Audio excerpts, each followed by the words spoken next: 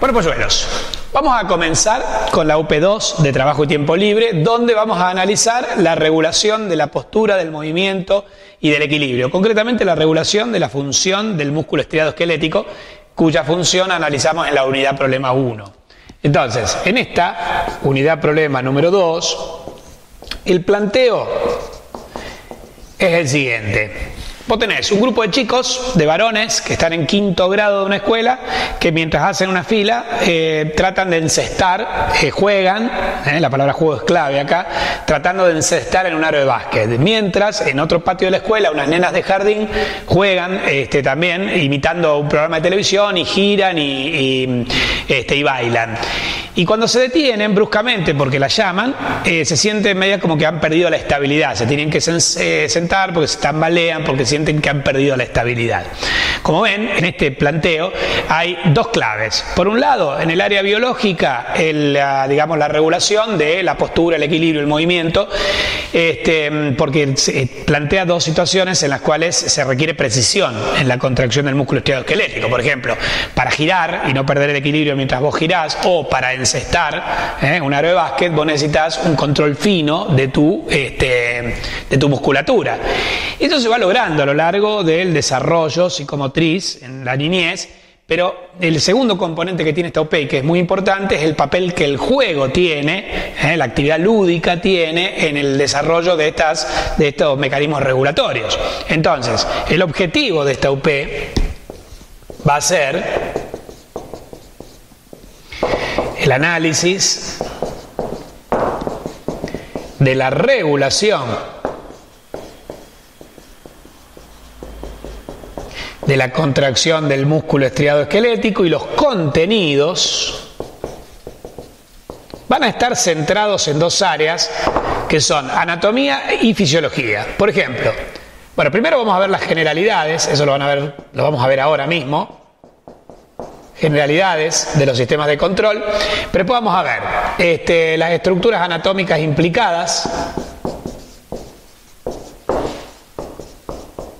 cómo a partir de estas estructuras anatómicas, a través de las vías motrices principal y secundaria, la vía motriz principal o piramidal y la vía motriz secundaria o extrapiramidal,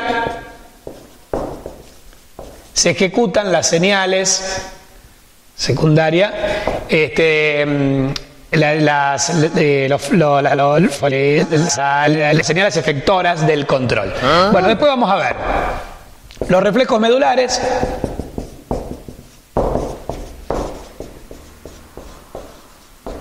vamos a analizar la regulación del movimiento,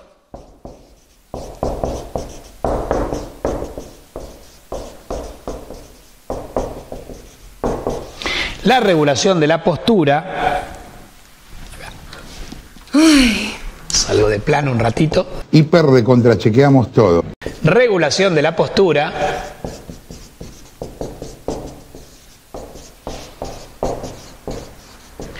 Y la regulación del equilibrio. Bueno, acá para la regulación del equilibrio vamos a profundizar sobre la función vestibular.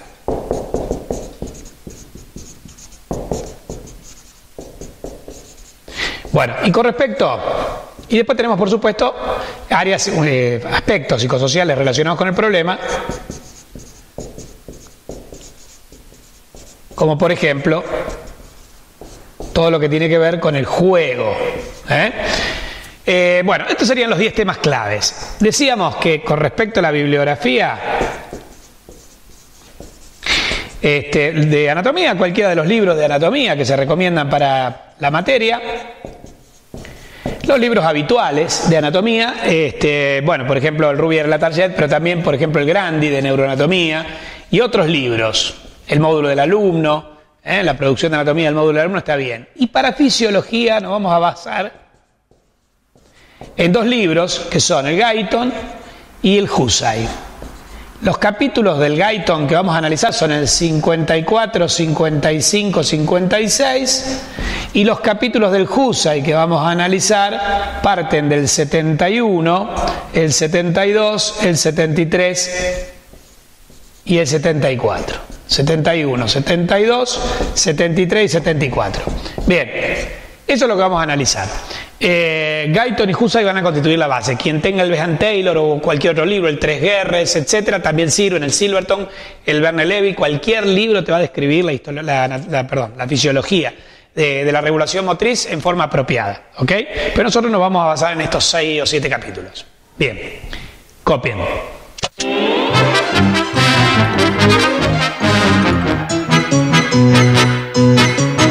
Okay. Con respecto a las generalidades sobre la regulación del movimiento, la postura y el equilibrio, es necesario saber qué estructuras se encuentran integradas, digamos, en distintos niveles para dicha regulación y cómo se vinculan entre sí, cuáles son las vías eferentes y cuáles son las vías aferentes. Entonces, las estructuras implicadas son, vos tenés primero un nivel cortical.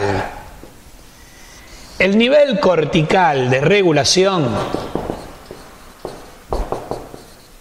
está representado por el neocórtex cerebral.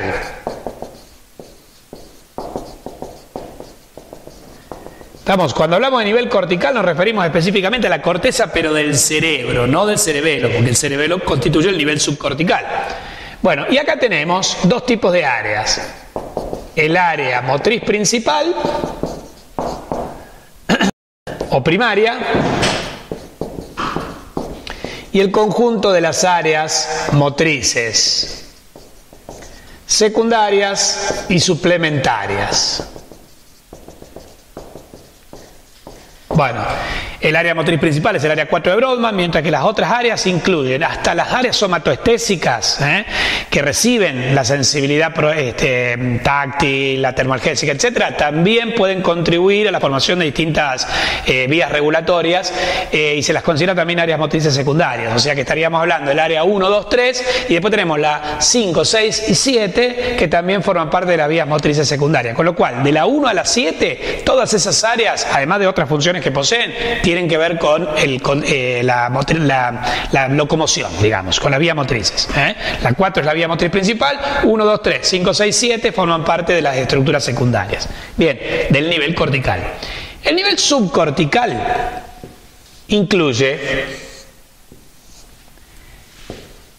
todo lo que esté por debajo de la corteza cerebral, pero por arriba de la médula espinal. Entonces, este nivel incluye a los ganglios basales del cerebro, núcleo caudado, etcétera, al cerebelo, la corteza del arqui, del palio y del neocerebelo, y también los núcleos intracerebelosos implicados o relacionados con estas cortezas, y los núcleos del tronco encefálico, tales como encefálico, los núcleos vestibulares, los núcleos olivares, los núcleos del techo, los núcleos de la sustancia reticular del tronco encefálico, porque de ahí parten haces retículoespinales, olivoespinales, tectoespinales, rubroespinales, etc. Bien, todo esto constituye el nivel subcortical. Después tengo el nivel medular. El nivel medular está constituido por las metámeras de la médula espinal que tienen 3 tipos de neuronas. Por un lado tenemos la motoneurona alfa, por otro lado tenemos la motoneurona gamma y todas las interneuronas, como la interneurona 1A, 1B, la célula de Rengel, que participan de la regulación. Bueno, y finalmente tenemos el nivel muscular. Con respecto al nivel muscular, lo que hay que tener en claro es que el músculo es un órgano complejo. Cuando uno dice músculo, no es solo tejido muscular. Primero, el músculo tiene 2 estructuras morfológicas importantes, o 3, si querés, que son el o los vientres musculares,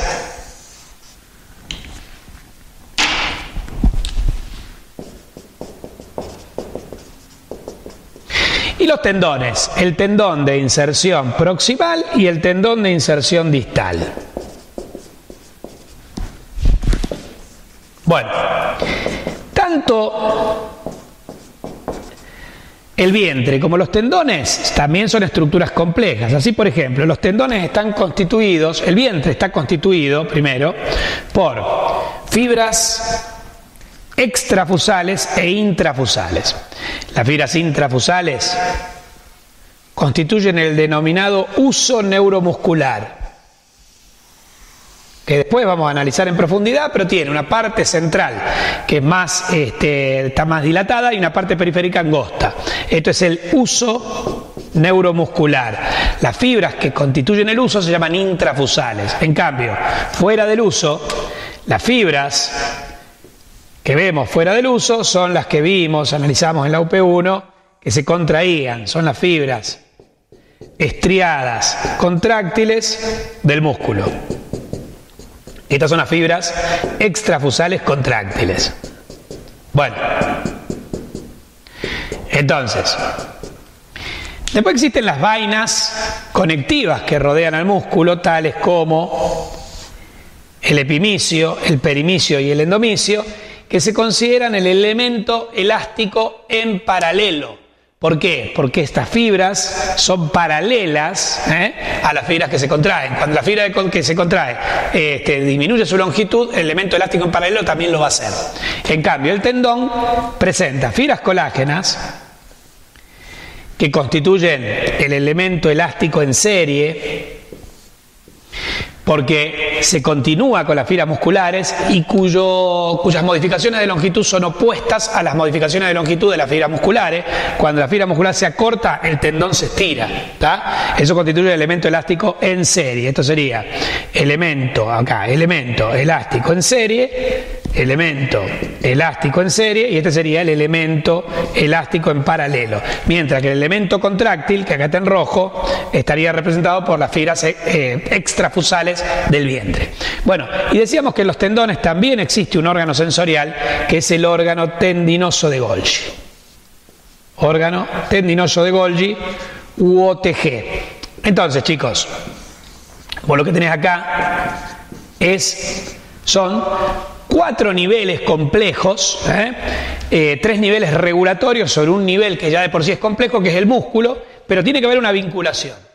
Tienen que existir vías que los conecten, vías que son descendentes o eferentes y vías que son ascendentes o aferentes. ¿Cuáles son las vías descendentes? Te las voy a hacer en rojo, y a las ascendentes te las voy a hacer en azul.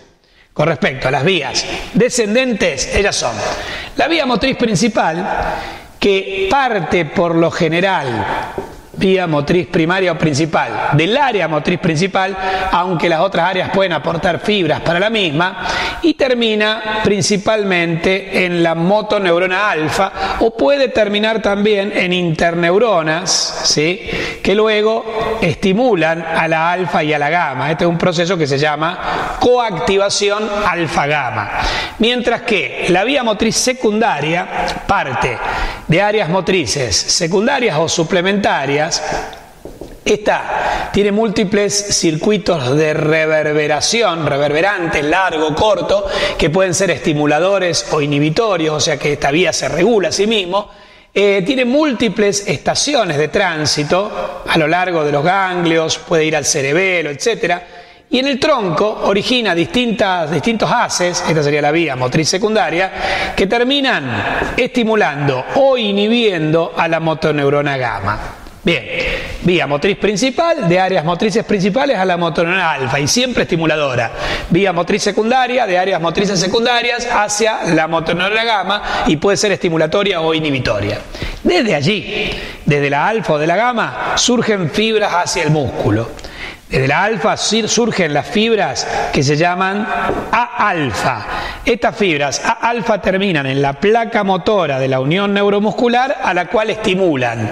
Mientras que de la motoneurona gamma surgen las fibras A, gamma E y A, gamma D, que son las fibras estáticas y dinámicas que terminan en la porción periférica del uso neuromuscular, estimulándola más o menos para acortar o ensanchar la porción central del uso neuromuscular, regulando el tono muscular, estas en reposo, por eso se llaman estáticas, y estas durante el ejercicio, por eso se llaman dinámicas. O sea que la regulación del tono muscular se puede hacer tanto durante el reposo como durante el movimiento. Bien, estas son las vías eferentes. Con respecto a las vías aferentes, que las voy a hacer en azul, estas parten del propio músculo y así tengo, por ejemplo, las fibras 1A y las fibras de tipo 2 que parten del uso neuromuscular y llegan a la motoneurona alfa, a la que estimulan durante el reflejo miotático directo, que vamos a analizar en la próxima clase, y las fibras de tipo 1B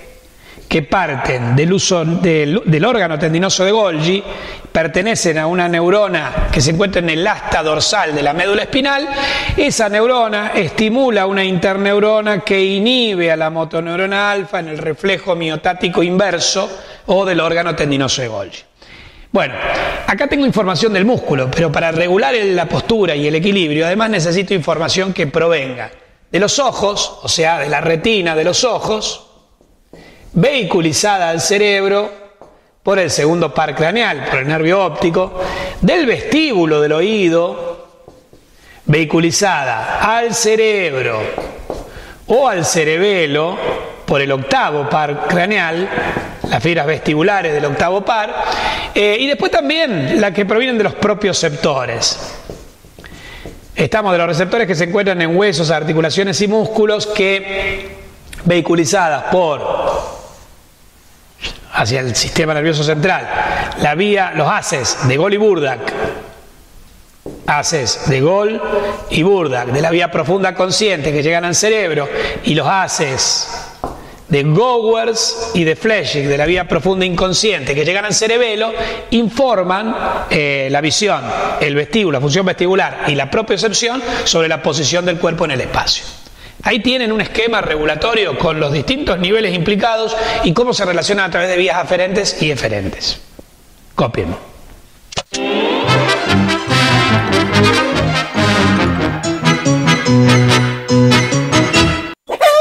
Concluyendo entonces, habíamos quedado que los 4 niveles de regulación, que son el nivel cortical, el nivel subcortical, el nivel medular y el nivel muscular, estaban conectados mediante vías aferentes y eferentes. De cada una de ellas tenés que saber cuál es el origen, a dónde llega y cuál es su función. Entonces, por ejemplo, en cuanto a las vías las vías eferentes o descendentes, ellas son de 4 tipos principales. Entonces, estas vías son la vía motriz principal, que va del área motriz principal o primaria a la motoneurona alfa, y su función es que estimula la motoneurona alfa para la contracción, para que la motoneurona alfa estimule a la placa motora para la contracción. En cambio, la vía motriz secundaria va de áreas motrices secundarias, no directamente, sino estructuras que terminan vinculándose con la motoneurona gamma. Terminan en la motoneurona gamma. Bueno, y la función de esta es que estimula o inhibe a la motoneurona gamma para la regulación de la contracción. Después tengo las fibras A alfa. Estas van de la motoneurona alfa a la placa motora o unión neuromuscular de las fibras extrafusales del vientre muscular, y la función es que estimulan la contracción, mientras que las fibras A gamma E y A gamma D, estas van de la motoneurona gamma a la porción periférica del uso neuromuscular. La función es que regula el tono.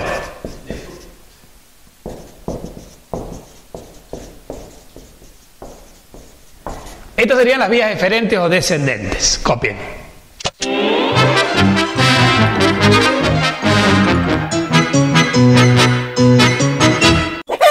Bueno, y con respecto a las vías aferentes o ascendentes,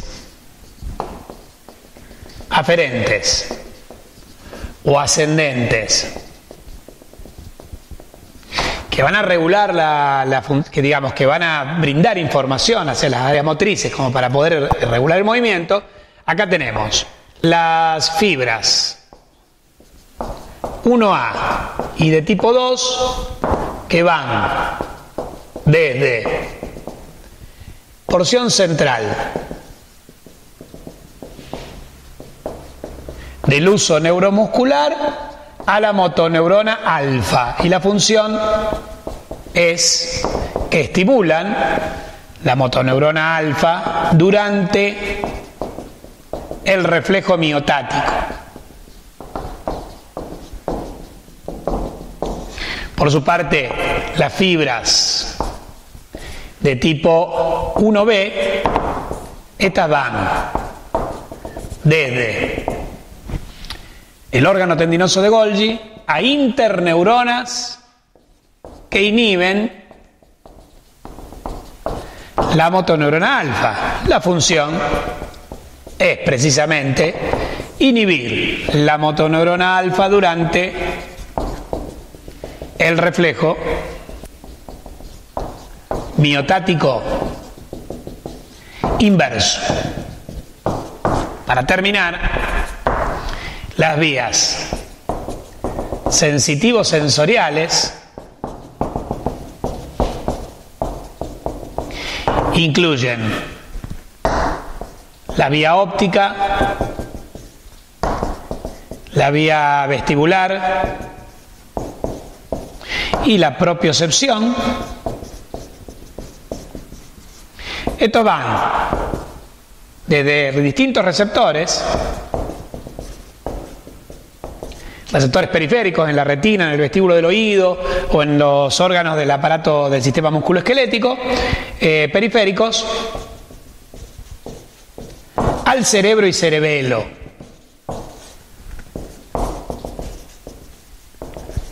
Y su función es que brindan información sobre la posición del cuerpo en el espacio, para que se ejecuten las medidas de control, de regulación del tono, de la postura y del equilibrio que sean necesarias. Copien.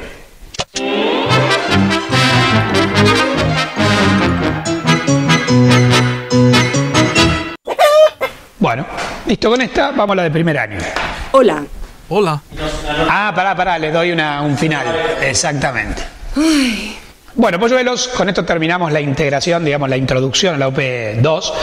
Hicimos un paneo por las generalidades, después vamos a profundizar todo esto. Con Fernando van a profundizar todos los aspectos anatómicos que tienen que ver con la vía motrices principal, secundaria, etcétera. Y yo les voy a explicar la regulación de la postura, del equilibrio, del movimiento, los reflejos medulares, etcétera, en las próximas clases de fisiología. Ok. Sigan cuidándose. ¡Está bien!